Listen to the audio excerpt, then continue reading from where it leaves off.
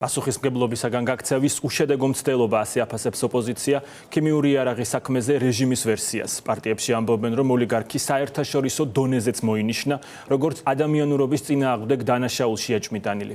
ბრიფინგი კი სადაც ერთი მტკიცებულებაც კი არ წარმოუდგენიათ, პირიქით საბრალდებო დასკვნის ნაწილი გახდება, როგორც ქიმიური იარაღის გამოყენების მიჩქმალმის მცდელობა. სალომე ლაბაძემ მოისმინა პოლიტიკური შეფასებების თემაზე, ის უერთდება ფორმულას პირდაპირ ეთერს.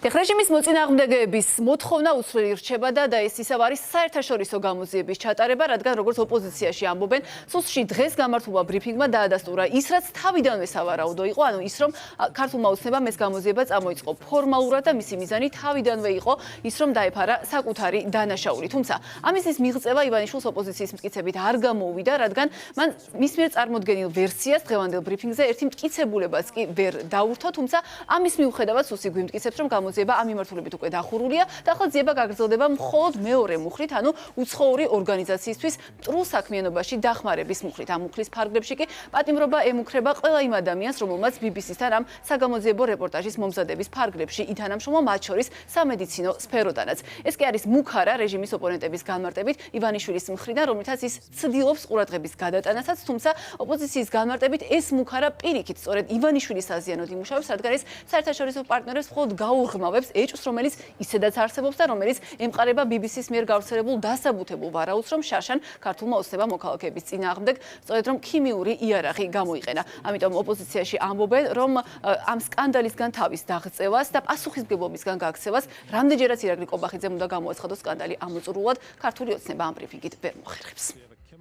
დღეს მოვისმინეთ კიდევ ერთი ესე ვთქვათ ტკბილი ზღაპარი სახელმწიფო უსაფრთხოების სამსახურის მხრიდან, მათთვის ტკბილი, იმიტომ რომ პასუხისმგებლობის აცილებას ცდილობენ.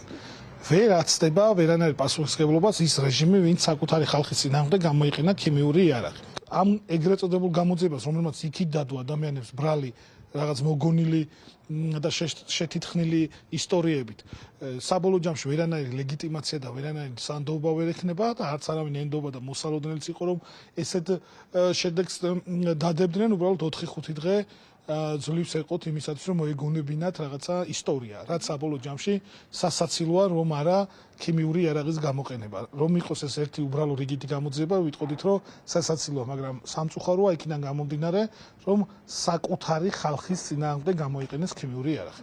ჩამოიყვანონ გაერო სპეციალური ექსპერტები, რომლებიც არიან სპეციალური მექანიზმით და ინსტრუმენტებით აღჭურვილი გაეროს გენერალური მდივნის და შეუშვან შინაგან საქმეთა სამინისტროში, აჩვენონ ყველა დოკუმენტაცია, მაგრამ ფაქტია ეს არ უნდათ. ეს არ არის გამოძიება, ეს არის როგორც გითხარით, ადამიანის გაჟღერებული რამდენიმე წიანდადება და იმ წიანდადებაშიც იმას ამბობს, რომ ქართული ოცნების რეჟიმმა ომი გამოუცხადა ხალხს და მოწამლა რაღაცა კონკრეტული ნივთიერებით. მე ძალიან დიდი ხანია ვითხოვ სპეციალური მიღება ჩაბარების აქტების გამოქვეყნებას. ძალიან მნიშვნელოვანი იყო გომელაურის განცხადებაზე კონკრეტული პასუხი. გომელაურმა თქვა, რომ კამიტი არსებობდა, ანუ ქიმიური აგენტი, რომელიც ძალიან მძიმე არსებობდა, იყო წინა ხელისუფლების პირობებში შეძენილი, რაც არის სრული აბსურდი. ქართულ მომცემლობამ რაც არ უნდა თქვას, ამის დიდი ხანია არავის არ ჯერა, ისედაც ლეგიტიმურობის პრობლემა ჰქონდა და ნდობის პრობლემა ხო ჰქონდა და ჰქონდა. ჯერ პრემიერის განცხადება რო არ ყოფილა, მერე ყოფილი შინაგან საქმეთა მინისტრის განცხადება რო იყო